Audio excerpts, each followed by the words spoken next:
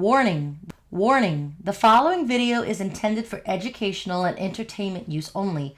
The content will include disturbing images, violent scenarios, and explicit language. This video is intended for 18 plus and older audiences. Viewer discretion is advised. We're coming on episode 6. Everything for us has been happening really fast. Right. We blew up fast. Subscribers, views, everything. Let's just jump right into it. Let's jump into the story that everybody wants to hear about. I really don't know much about it. I would love to hear about it today.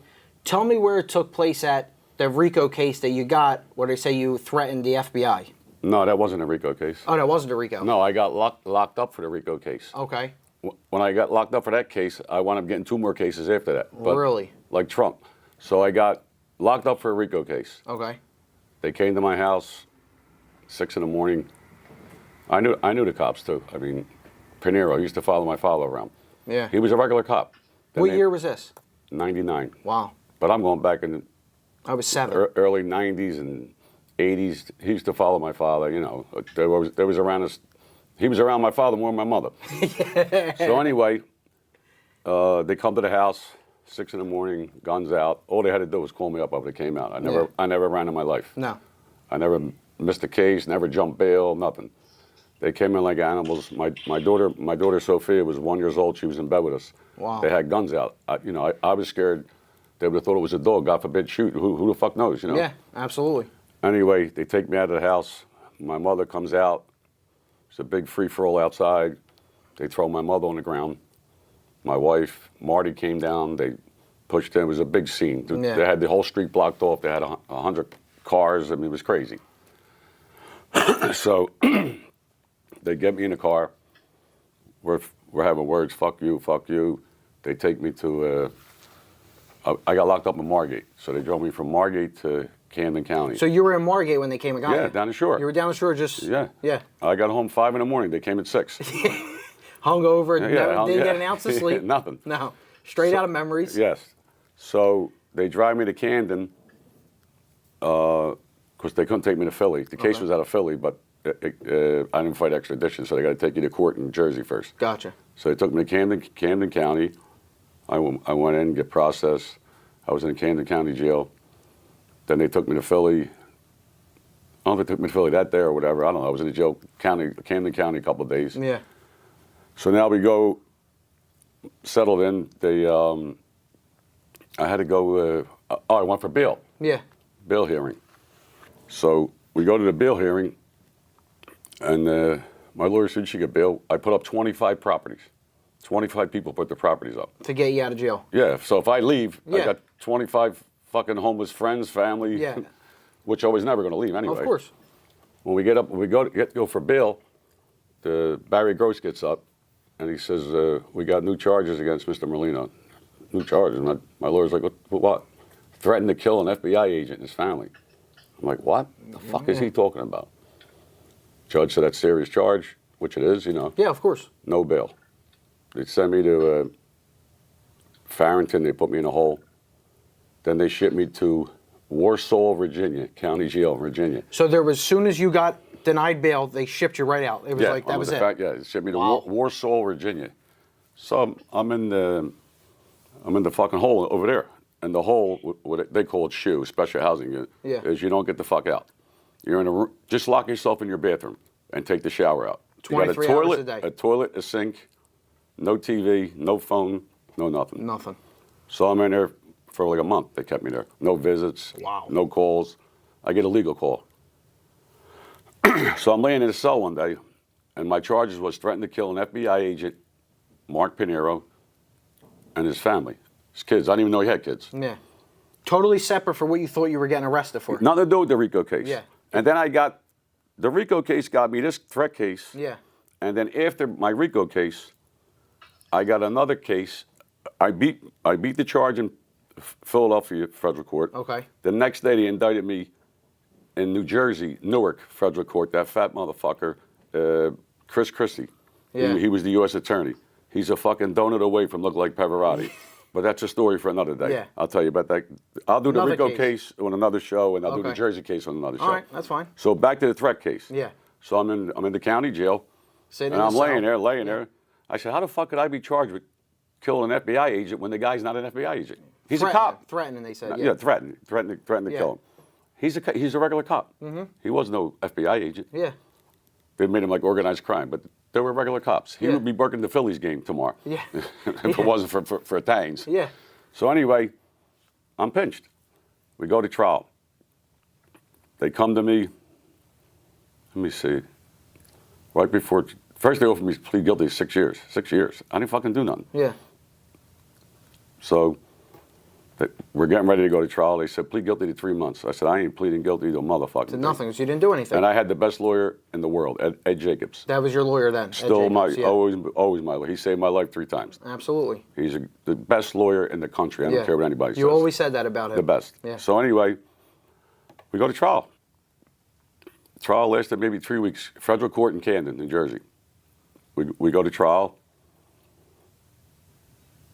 We picked the jury like, man, a day or two. The trial didn't last long. I don't know, it last a couple of weeks. Yeah.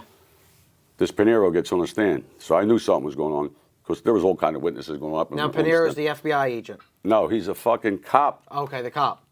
Who I thought was an FBI. No, I knew he wasn't an FBI agent. Yeah, but they made him one. No, here's what they did. You ready for this one? This gets better. They adopted him. What the fuck you mean? I said, what do you mean they adopted him? Like when you go adopt a dog? Yeah, adopt a dog, adopt a kid. They adopted a fucking cop. So now, if they adopt him, that makes him an agent. Okay. Which I didn't know. I don't know this fucking shit. Yeah. All right, so we go to trial. You know, we're on trial. Yeah. Thank God I had a jury. There's 20 witnesses. They call him as the last witness. I seen the prosecutor. Her name is Mary Future and Gross. They hated me. Yeah. Now they're in private practice making millions of dollars on my name. Anyway, I seen them put tissues on the top of the stand, you know, like where the witness is. Okay. We had 30 witnesses up there. They never had tissues up there. He gets up. He's sitting there, you know, he gets on the stand. This motherfucker was better than Al Pacino in The Scent of a Woman. Really? He started crying. I mean, he was good. Yeah. I'm sitting there. I said, maybe I did do this? What the fuck? I'm fucking, I said, I didn't do this, but he was good. Yeah. Fucking He's making jury. you He think had the like jury's whatever attention. happened. He fucking, he cried his eyes out. He said he couldn't go home. His main thing was soon as they locked me up, he had to go home. They had 24-hour protection around his house. His kids couldn't go to soccer games, softball games. They had to sit in the house. They were scared to death. Like, I mean, he made this, it sound good. Yeah. I mean, he was good. I got to give it to him. Absolutely. So anyway, that's why there's a God. My cousin, who's a priest, Father Kelly. The best. Now he knows I'm locked up. He comes. They tried to bury him too. That's another story. I'll tell you. The media, you know, Of they course. put him on the front of the paper. Yeah. Anyway, my father, the priest comes to my lawyer. He called my mother. My mother calls the lawyer. Yeah. And the guy said that as soon as he locked me up, he was so scared to death. He went home. 24-hour police surveillance outside his house. Kids couldn't go to school, soccer games, softball, the whole thing, crying. Yeah. I said, look at this. He forgot. He lied. Yeah. We find out through my cousin, the priest, there's a company that cleans the church. I don't know the guy. I don't know who he is. Okay. So now it was like big headlines. I was on the front page of the paper every day. Yeah. So the guy just says, he don't know he's my cousin, Father Kelly. He said, you heard about that case, the Merlino case? He's like, yeah, I heard a little bit about it. He said, yeah. He said, I know the cop, Pinero. I said, oh, you know him? He said, yeah. He said, I went golfing with him that day. They locked Merlino up. Wow. So my lawyer's like, golfing? So if he was that scared, but he's golfing, he's shooting 18. Like golfing. Wow. Now, they never told you to tell us. And meanwhile, I got his report the day he locked me up. My lawyer blew it up fucking 20 feet in the air. It's a 302. It's what the FBI writes, a 302 report. He wrote on the report everything. We fought outside cursing, you know, fuck you, this, that. He never put in there that I threatened him. This is 10 minutes after he locked me up. Yeah. If I threatened him, why didn't you write it down right there? Of course, yeah. He never put that in there. It was all staged. made. It was all made up. Yeah. So anyway, my lawyer's got him on the stand after all the crying and everything. My lawyer says, tell the jury where you went. As soon as you lock Merlino up, tell them where you went. Right after that. Yeah. Because he said he went home with the cops. course. He's like, he didn't want to answer the question. My lawyer said, listen, And he said, I went golfing. Wow. You went golfing? You were scared to death, threatened for your life, you went golfing? We went to shoot 18. And my lawyer said, by the way, you know, what did you shoot? That was his last question. Yeah. The jury was laughing. Of course. And they acquitted me in a half hour, whatever the fuck Just it was. like that, it was done. I got acquitted. I didn't do it. Yeah. I mean, Wow. Here's a guy had a report 20 minutes after I got locked up. The first thing he's supposed to put in there is, I threatened to kill him and his family. Of course, yeah. He never put the word threat. Nothing was ever in there. So and how long did you wind up sitting in jail for this for?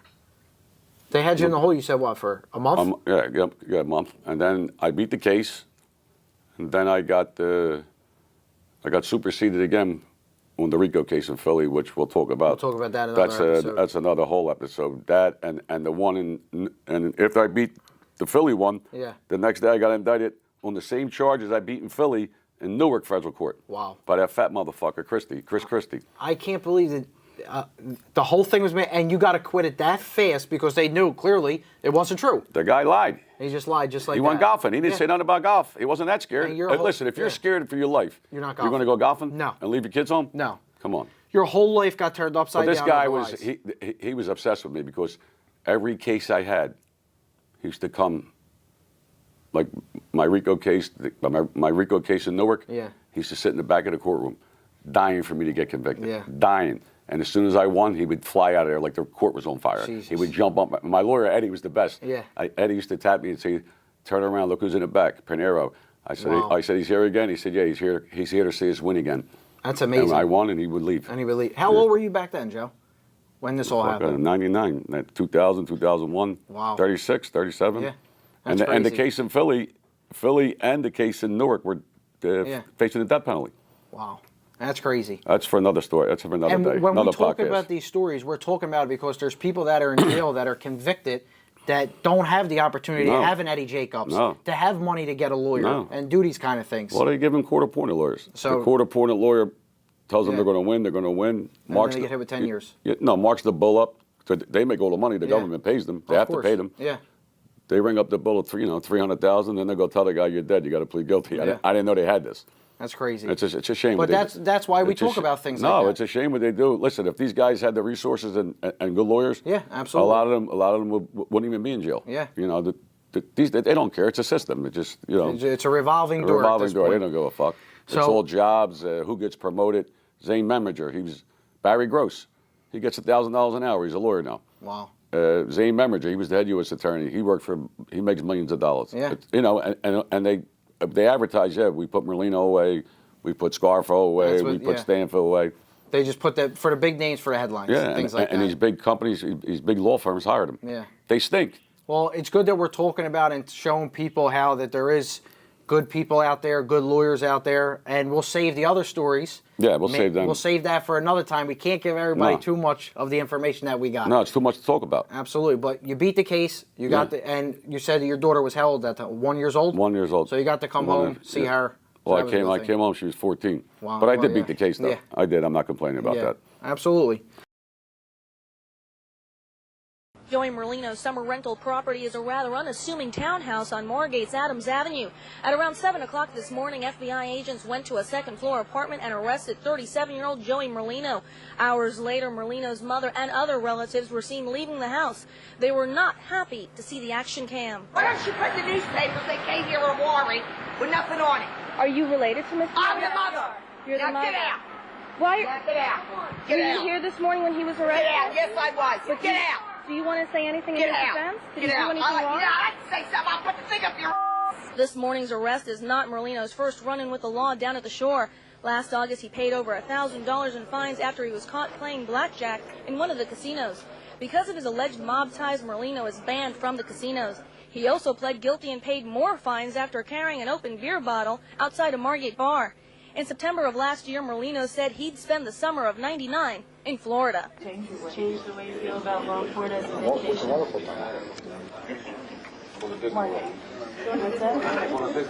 Merlino apparently chose to stay local instead. Many residents seemed genuinely surprised to find out that the reputed mob boss of the Philadelphia and South Jersey mob was in fact one of their neighbors. Somebody was arrested. Really? Who? Joey Merlino. Are you serious? He lives here? Isn't that townhouse right there? Get out of here. Joey Merlino, arrested for what? But when you take a close look at the concrete at the townhouse, Merlino's summertime residence may not come as such as a surprise. Residents say little Nicky Scarfo, son of jailed mob boss Nicky Scarfo, convalesced in one of the apartments while recovering from gunshot wounds.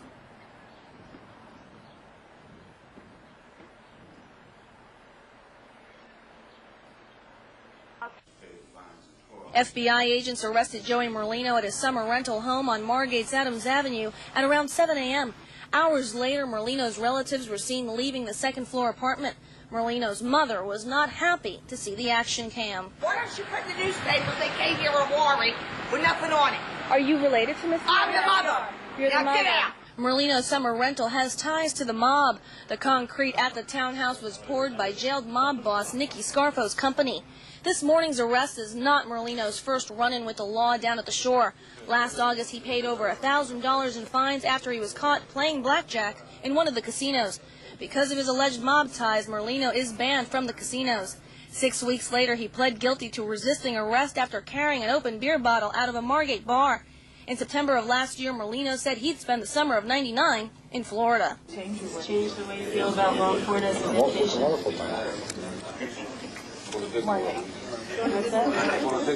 FBI agents didn't have to go to Disney World to find the 37-year-old reputed mob boss. He and 5 other men were all arrested in New Jersey. The 5 men were in the Camden Federal Courthouse today. They're accused of partaking in a methamphetamine drug ring allegedly run by former mob boss Ralph Natale, who is already in federal prison. Natale's daughter, who is the sister-in-law of one of the 5 men, spoke outside the courthouse. I know my father's an innocent man, and the U.S. government will do anything to try and keep him in jail. And we'll just help protect his rights, and hopefully my brother-in-law's, and I hope everything works out.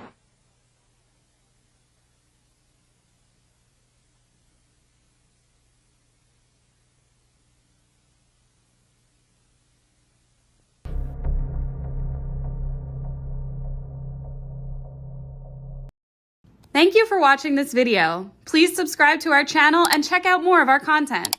Feel free to give your feedback and suggestions on what we should do next in the comments. This is Infinite Lee Productions. We love ya.